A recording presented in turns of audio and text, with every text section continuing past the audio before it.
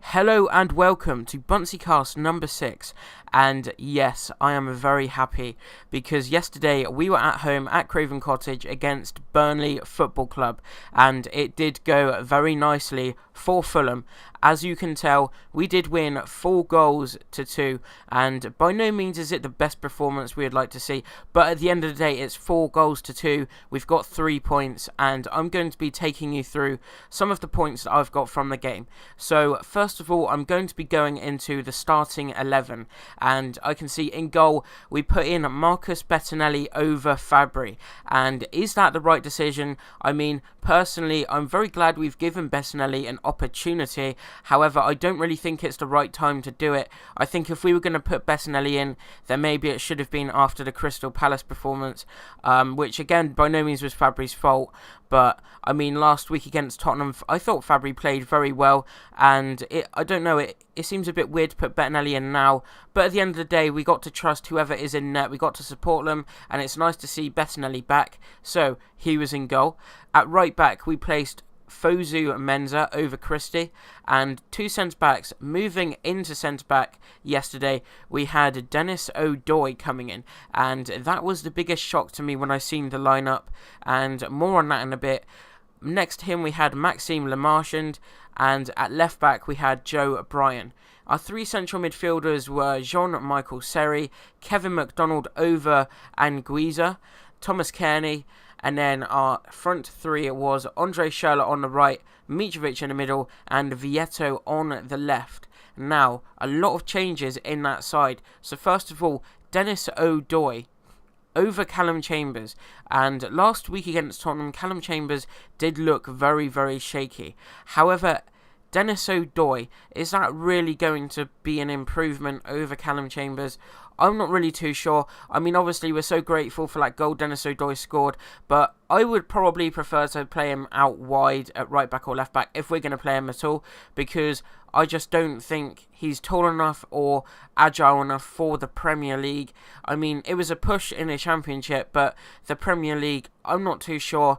And I didn't actually get to go to the game yesterday, but I did watch it on a stream, and I could see that I'm not sure Dennis O'Doy is going to be a long-term solution, but by no means will it be. It's just rotation for now, testing things out, because obviously Alfie Mawson is injured, and if Mawson was in the squad at the moment, he would definitely be getting over O'Doy, no doubt about it. And CDM role, Kevin McDonald moving back into the side after his game at Crystal Palace over Anguissa, and that was a bit of a surprise also, because I thought that Zambo Anguissa had a very good performance last week for his first time in the Premier League, but maybe we need a bit of leadership, because that is what we lacked last week. We didn't have leadership in the side, but we've got that back now. We have Kevin McDonald back in the side. How long he'll be staying there for, I'm not really too sure, but it'd definitely be interesting to see. And from what I could see, I thought Kevin McDonald had a very good performance yesterday, and definitely got a lot of the hate off of his back. And also coming back into the side, we had Andre Schürrle. After last week, bizarrely, Abubakar Kamara started, and Andre Schürrle coming back into the side, and wow, what a performance from him.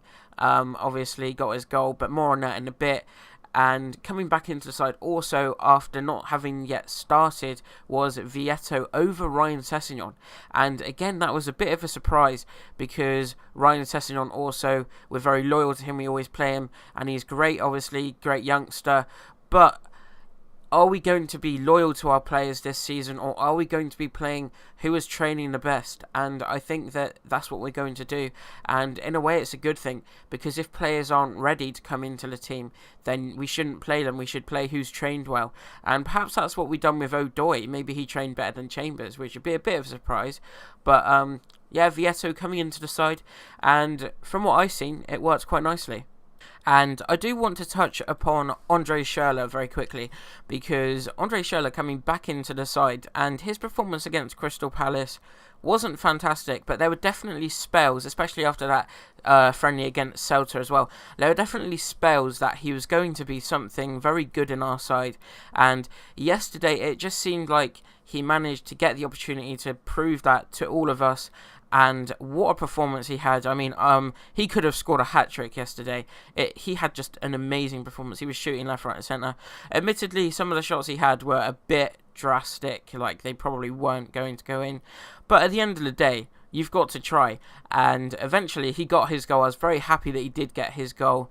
And I think that we definitely need to keep him in the side going into the next few games.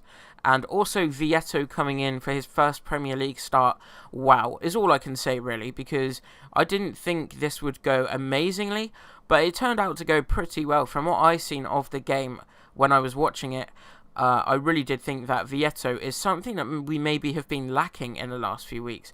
And what I really liked to see was him feeding those balls into Mitrovic. And Mitrovic's second goal actually fed in by Vieto. And it's just great. Finally, Mitrovic is getting fed these balls because he's lethal. And he didn't do it for Newcastle because he didn't work in their system. But what they don't understand is he works in our system. And feeding those balls into Mitrovic is only going to go one way. Either he's going to get his head on it and the goalkeeper's going to save it, which does regularly happen, or he's going to get his head on it and it's just going to fly in, or obviously it could fly over the bar. But most of the time, you can expect a goal when he gets it in the right position, because he is that type of lethal striker that you need. And I think he's going to get us so many goals this season. But Vieto, I definitely think he does look promising. I'm not too sure how I would feel about him at striker, but definitely feeding those balls out wide and into Mitrovic, I think that he could get himself some goals. He looks like a very talented individual, and it will definitely be good to see him going forward. And also, Jean-Michel Seri's goal, coming on the 4th minute. What a finish that was. And it's just top draw, really. And it's so great to see Jean-Michel Seri getting off the mark, because he's had brilliant performances in the last few weeks. Remember, he's never ever played in the Premier League, and he already looks like an absolute asset to the team. Such a player that we want, and also I just think it's going to go really well for him. And yeah, great to see him get a goal. And obviously the next goal did come from Mitrovic, his first goal, which was a header, and it looked as if, I think that was fed in by Tom Kearney, that just looked like it was off of the training ground. I think they said it on Match of the Day, and it just looked as if it would come off the training ground. It's great to see. Obviously another header from Mitrovic. How many is he going to get this season? It's definitely going to be interesting. And brilliant, brilliant, brilliant. And what was quite funny to see was Schürrle's goal did eventually come from Mitrovic hitting the post, because Mitrovic, you know, he's been scoring goals for us, and Schürrle was trying all game long, and finally, after Mitro hit the post, it came to Schürrle, and by no means was it an easy finish.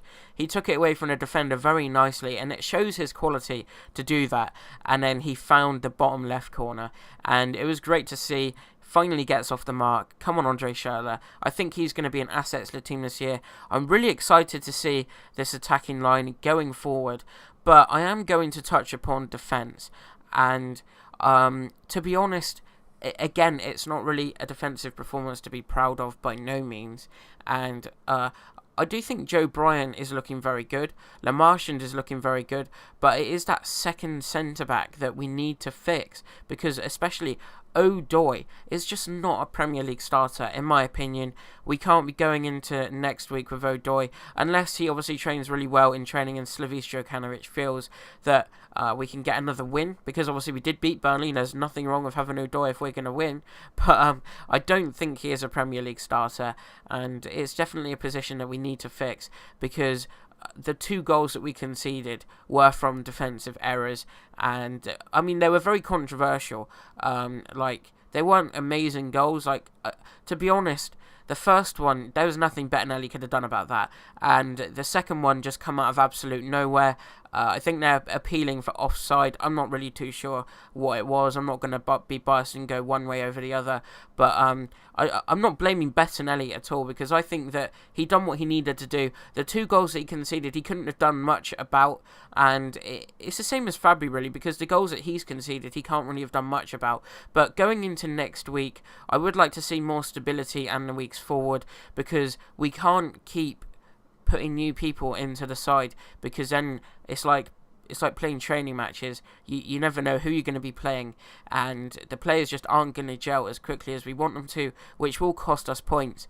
But it is great to finally have 3 points on the table. Fantastic to see. Finally we get those 3 points, and I think we're in 13th position at the moment, which is absolutely fantastic, and we only go up from here, to be honest. And again, all of the players' performances, it was good to see yesterday. Individually, they all done what they needed to do. We got the 3 points at the end of it. Great. Finally off the mark. I've said it already. But anyway, I am now going to discuss the other Premier League results. So, on match day 3 of 38, I can see that Wolves and Man City drawn 1-1. Great result for Wolves, but let's be honest, how many chances do Man City actually need? And also, Southampton losing to Leicester City 2-1 with a red card for Southampton. Arsenal managed to beat West Ham 3-1 after West Ham did actually equalise. Bournemouth and Everton drawn 2-2, both teams picking up a red card. Huddersfield and Cardiff City drawn 0-0, another draw for Cardiff City, and Huddersfield also picking up a red card. Liverpool managed to beat Brighton 1-0. Very interesting result that. I think Liverpool are still undefeated, which is, good for them. Obviously, they should be beating Brighton. That's our next game against Brighton.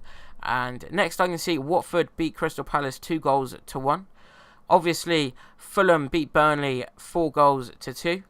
Chelsea beat Newcastle 2-1, and the final match is actually taking place at 8 PM today. As I'm recording this, it's not actually been taking place yet. It's Manchester United against Tottenham, so it'll be interesting to see the result for that after Tottenham beat us last week 3-1, but be definitely interesting to see. And overall, that will be it for this week's podcast. Thank you very much for coming back and listening again. And no matchday experience this week, obviously, because I didn't actually get to go. But if you would like to check out a matchday experience, then head on over to Luca's channel, and you can get a good matchday experience there. He gets all of the chants on video, and really good video to watch if you want that sort of thing in your life. Anyway, that'll be it for now. Thank you very much, and next podcast will be out, same again, around Monday next week. See you later. Thanks for watching, listening, and goodbye for now.